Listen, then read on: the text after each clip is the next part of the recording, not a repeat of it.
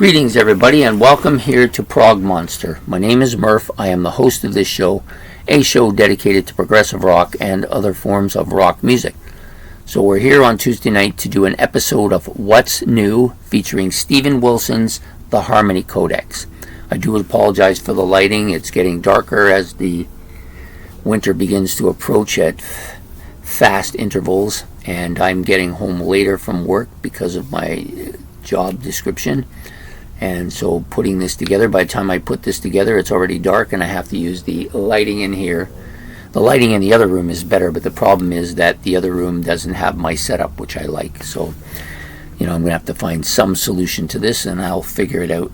But in the meantime, we're going to do the Steven Wilson Harmony Codex. Take 2, as I did do this entire video already once. And when I went to upload it, it wasn't there. So I don't know what the hell happened, but such is the way of using computers. So anyways, this album was released on September the 29th, 2023. It's about 64 minutes or an hour and 4 minutes long if you prefer. On the Virgin record label in the UK and Europe, and on Spinefarm in the US of A. Produced of course by Steven Wilson, and it's at his studio, as he noted, was inside the garage of a North London townhouse. That's what he says, and I'm going to have to believe him. Personnel, there are a horde of people on this album that play bits and pieces for him throughout the album. He's the main musician, though, and the only one noted in the personnel on his own, which is Steven Wilson on vocals, acoustic guitar, bass, Celestra, synthesizers, electric guitar, electric piano, Hammond organ, Mellotron, Arpeggiator, I think that's how you pronounce it. The Moog Sub 37 synthesizer as well, percussion, piano, strings, theremin, and voices. Okay, so some of these instruments I'm not really sure what they are, so the theremin I'm not really sure. I think I've seen this before, but I can't remember what it is. So anyways, there are, like I said, a horde of other musicians on here. To name one means you got to name them all, and I don't have an hour's worth of video to do that, so I'm not going to do that. Okay, so there are 10 tracks on the album. My two favorites are Bookends, the first and the last track. There are some decent stuff in the middle. There's only one or two songs I don't really care for, but generally speaking, they all pass except for that one or two tracks. So the album is pretty dominated by synthesizer sound effects, percussion parts, melodic guitar, and his voice, of course, which is kind of a medium to soprano sounding voice at times, or perhaps it's more falsetto than it is actually soprano. Overall, a really pretty solid album. This is not an album I'm going to get out and immediately get out there and buy, but I can see this will grow on me with time. It's just one of those albums. There's a lot going on. It's very synthesizer driven and almost has a kind of, I find too much, if you err too much on the synthesizer side, what you end up with is something that sounds almost stark or unemotional, and then if you don't have enough when you're doing this kind of music, it sounds almost too emotional and not logical enough for me. Anyways, the first song on the album is Inclination. Nice keyboard sound effects to open the song. And then he gets this kind of a rhythmic beat going with the synthesizers and some noises in the background. It's more synthesizers and percussion as the sound grows throughout the song. The vocal part is accompanied by a piano, which I think gives it more of a real sound to it. And the percussion parts are quite good on this as well. And it's kind of a bit of a robotic melody, if that means anything. I think it does, but yeah, that's the way I feel about it. So the next track, What Life Brings. This is a somewhat subdued vocal play. Very good melodic guitar solo and some background that's kind of atmospheric. I didn't care as much for this song as the first track. The third track is an electronic synthesizer percussion opening, and a more subdued forward vocal part, which this is probably one of the only songs on the album that I did not give a pass on. I didn't really care for this song. I'm not really sure why. It's called Economies of Scale. I really like this. I'm not sure. Something about it didn't sit well with me. The fourth track, which is one of the long tracks on the album, so there's like 3 of them that are like 10 minutes. This is one of them. Impossible Tightrope. Nice synthesizer and keyboard opening. Very atmospheric. Then it has this upswell of guitar and drum parts and noises going on. Retreats a little bit, and there's a little bit of a classical guitar bit, and before it returns to this same kind of groundswell and noise that and noises that are part of that theme. Then you have a piano synthesizer part, which I think is really well done, and then another upswell of emotions and noises. And then you get the guitar, bass, and drum rhythm part, which is somewhat dominant towards the end of the song, and the piano solo is very catchy. It's just one of the few times on the album I actually use the word catchy. And I don't use it too much on this.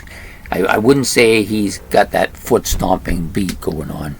It does have a fairly good rhythm section, just doesn't make me want to stomp my feet. Rock Bottom, which is the fifth track. This one has a mid-range female vocal part on here, which isn't too bad. It's a very melodic, emotionally catchy song. There's the other catchy. An excellent melodic guitar solo as well. He does do several of those guitar solos. I think maybe as many as 5 or 6 of them on this album. They're always the same. They're always a melodic kind of David Gilmour-like guitar solo, although they don't really sound like Gilmour, but they in I guess in musical preparation they certainly follow that same kind of feel to them. Okay, the next song up is called Beautiful Scarecrow. Nice synthetic beat, electronic sounding song as well. It does get a bit heavier towards the back third of this album, and then there's a heavy percussion and bass element on this track as well. The next track is called The Harmony Codex, which is the title track of the album. It's a kind of a surreal song. I find this to be a very surreal song. It's kind of like I'm drifting through something here and I'm not really quite part of it. It gets brighter as the song moves along. The female voice parts are not really vocals, they're more like speaking. And then you have a song builds to a kind of a I guess it's kind of a I don't know if it builds anything. It kind of expands is probably a better word. It expands to include some real synthesizer and dominated track. That is a synthesizer dominated track, but it expands as the song goes along. Sorry, that was difficult to word there. Time is Running Out is the next track. This one is different. It opens with a piano and a vocal opening, which is different than most of the songs have that kind of synthesizer opening. This doesn't. The synth drum beat starts to become dominant as it goes along, and then there's some nice soloing here as well. The next track, which was one of the tracks that I like better on this, is The Actual Brutal Facts is the name of the song. Much faster and heavier percussion on this. Heavier percussion beat on this song. And it does evolve, the beat stays and then more instrumental. It just kind of evolves into a multi-instrumental piece, I think. And this is another one that's got somewhat catchy and distorted Hendrix sound to it. The last track is, I think, probably my favorite. It's also one of the longer tracks on this. Nice synthesizer percussion opening. The male vocals are very medium to mediocre in sound. There's not that falsetto that he does earlier on in the album. The keyboards parts are, I think they're very interesting. He does do some stuff that I've not heard too often in the past. Nothing I can put my finger on. And plus he's using so many different instruments, a lot of times it's hard to figure out which one he's with, but it's definitely an interesting sound. The song develops a more kind of rhythmic tone as it goes along, and the guitar is dominant, is probably the most dominant instrument on this track. And then he has a wide range of keyboard and synthesizer effects as well. But for some reason, this song really I find a little bit more emotional, and I think it's probably my favorite track on the album. So there you have it, Steven Wilson's Harmony Codex. If you get a chance, give it a listen. I think it's an album that I will try to look for, but it's new, so it's going to be expensive. So I think it's an album I can wait for a bit.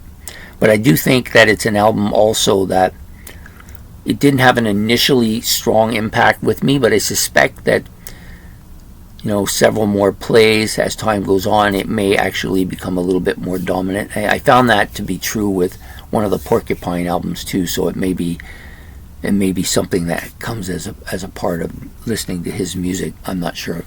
But anyways, overall, I did enjoy the album. I hope that you get a chance to listen to it. So please put your comments about the album below. Hit the like and subscribe button. And I do apologize that this will come out late, mostly because I do not know what happened to the first one. Anyways, we will see you next week when we'll be doing an episode of Metal, and we'll be back in 2 weeks with an episode of What's New. So have yourself a good evening. Take care and goodbye.